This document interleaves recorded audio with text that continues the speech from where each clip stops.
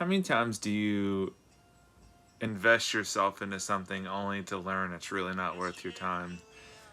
You go down this road and then you realize you've been down this road and it's very frustrating. Wouldn't it be nice if you had a, a vector, a bearing that always led you in the direction you know you want to go in? Because you know it's worth your time, you know it's worth your while, and you're not going to fail with it. For me, this vector has been Southern Americana. Now, it's not a phrase that a lot of people have been using, but it's really all around us. It has roots in folk, it has roots in blues, but it's so much deeper and more expansive than that. The more I live, the more I realize that stuff is all around us that is as complex as we are. Today, I just learned today that there has been a tortoise on this earth longer than the Civil War. It's older than the Civil War history. How crazy is that? And all of a sudden, my mind is roaming the Milky Way. Now I'm thinking about Master Oogway from Kung Fu Panda, who, when Po drops out of nowhere into the circle as the Dragon Warrior, Master Oogway just says, interesting. He's not surprised at all. And spoiler alert, turn this off if you don't want any Kung Fu Panda spoilers, because I don't know why you're sleeping on these movies, but turn it off if you don't want a spoiler. Spoiler alert, he's not surprised that it could be a panda, because in Kung Fu Panda 3, we all learned that Master Oogway learned Chi from a tribe of pandas. I think so many things are this way. I've experienced so many conversations and experiences that I feel like no one has prepared me for because of their own trauma or limited beliefs or personal understanding. I've lived to see people in their 90s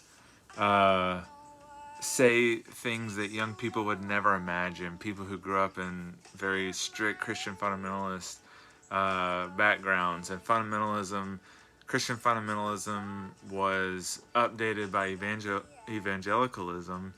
And many of us, including me, feel like evangelicalism did not go far enough. But like, history is always progressing in a pendulum. But check this out. I remember my mama's husband saying this. Now, I couldn't say this in the pulpit, but I'm not sure if when we die, God doesn't ask us one more time if separation, is that really what you wanted? And I'm juggling so many things at one time. I'm juggling the fact that, yeah, he feels like he can't say that in the pulpit, but this is his conviction based on the way he understands God and God's love. And so it just blows my mind that he feels this limitation, like he can't say it, but he's convicted enough and convinced enough about God's love that he can say that. I know what it's like to be married to a friend of the family of Rachel Held Evans. And when Rachel Held Evans is grilling me in her living room, when I'm a student at Southeastern Bible College, and she's been a student at Bryan Bible College, that evening, just from engaging in the conversation, I went to bed in trouble with who I was married to because of the tense conversation that Rachel was having and I was engaging too. And Rachel has shaped my trajectory. Her questions that were honest to her journey, but in many ways I didn't know how to say it. Didn't feel like they had any room for me, but redemptively and through the alchemy, potholes, excavation, alchemy, repeat, through the alchemy, I wrote a poem called Doubt in the South. And her trajectory, Rachel's trajectory, has really influenced mine to understand what people who grow up not allowed to ask questions, not allowed to explore and be curious, what it's like for them. I was on my own trajectory before I met Rachel, and it's actually part of who I was married to's family that I even went to school in the first place. I didn't grow up with I didn't grow up in a family where everyone went to college. When a friend asked me, "Where are you going to college?" I was just embarrassed. I had never even thought about this. I had never given it a moment's notice. And I grew up in a culture where a lot of people wouldn't think I have a great education because it was from a Bible college. But the story is interesting because not only did I have what I think was an excellent liberal arts education, Bible colleges were born in the fundamentalist movement. So Scopes Monkey Trials happened in Dayton, Tennessee, which is where Rachel's from. The Scopes Monkey Trials happen. They're very embarrassing for the Christian community, who argued why you shouldn't be able to consider Darwinian evolution from a biblical standpoint. It was very embarrassing. They receded into their closets. These institutions, these Bible colleges were born. They started popping up.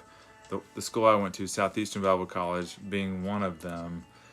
And it's like, fast forward up until the school ceased to exist, which is a longer story. The last 30 years, it had added the liberal arts model of education to the biblical literature and theology major. I think it was an excellent update, and I had all professors with doctorates in there, like all of our main professors who were not adjunct.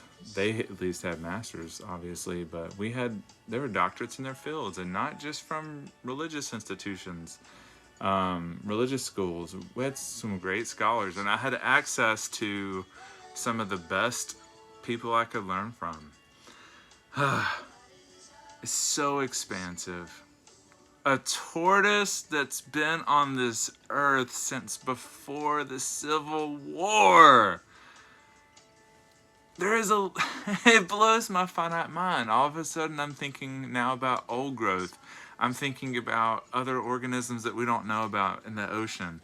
What else has been on this earth longer than the Civil War? And another thing that blows my mind is in America, we can have a better conversation than racism. A lot of people are hung up on racism, but the culture that was enslaved in America is older than America. By a long shot. Longer than 2,000 years. Longer. It goes way back, but we're hung up on slavery and racism. And it's weird because it's like, I'm not racist. I have a black friend. Well, I want to know, did you have so many that your mother told you not to cause trouble, wouldn't let you hang out with the black boys at school? Did you have that many? When you have a story that's as complex as mine, you are born in one community, raised by both, and you fit in nowhere because of our appetite for culture war, it demands telling. But I'm not here to enforce my views or push them on anyone.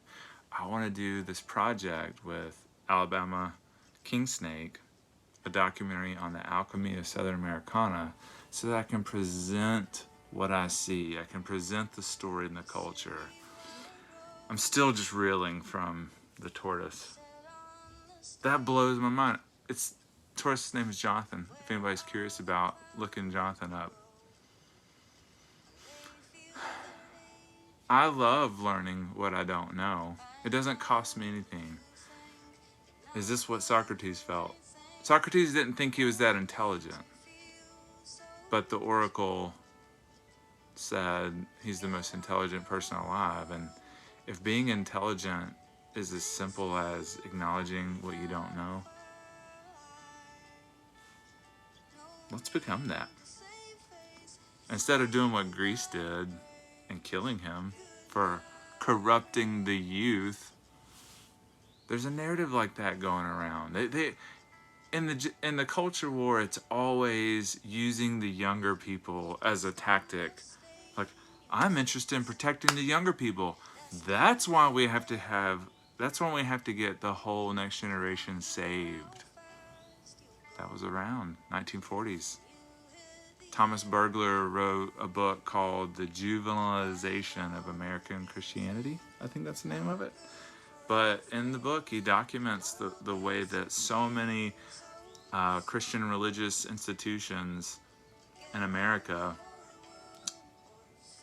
tried to save America through getting the youth saved. And an unwitting effect happens is instead of raising the younger people up, the culture lowers itself down to the teenage competency and understanding and really never went beyond that, because ever since then they tried to stay relevant.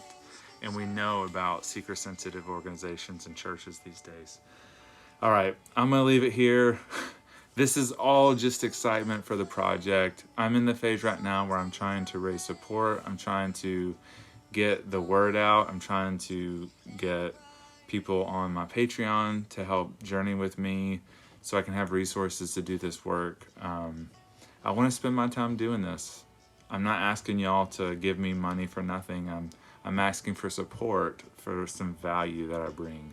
If you connect with this, please come journey with me. If you don't have resources, I completely understand. I know exactly what that's like. You engaging, liking, commenting, and sharing gets this message out to other people. Other people have fuck you money. I don't have that yet. But those people who do have resources, I could use your help getting out to them. I would really appreciate it. Jonathan the Taurus. Go look it up. Pick out your star. I know that you think you're not good for anything. The world makes you feel so small. Get on your wooden horse.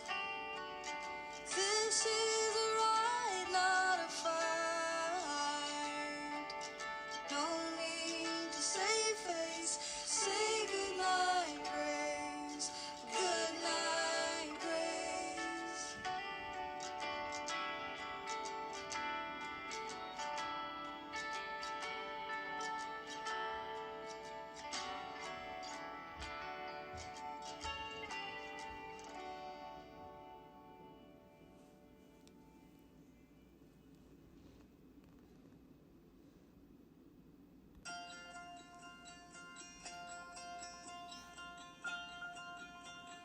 Yesterday when you were young, everything you needed done was done for you.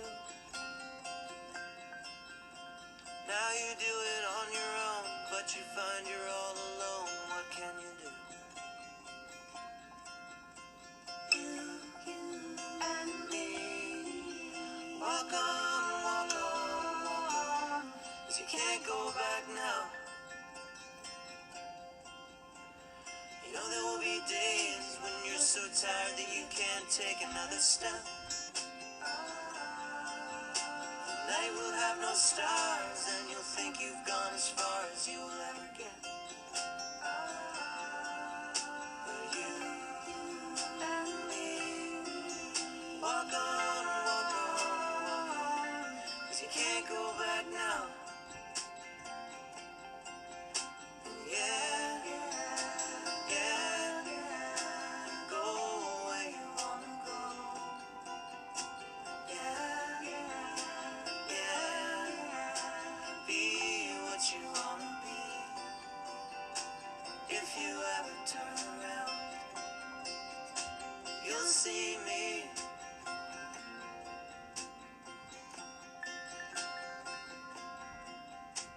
I can't really say why everybody wishes they were somewhere else.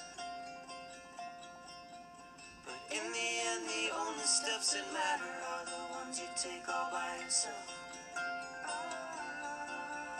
And you and me, walk on, walk on, walk on. Yeah, you and me. Walk on, walk on. 'Cause you can't go back now. Walk on.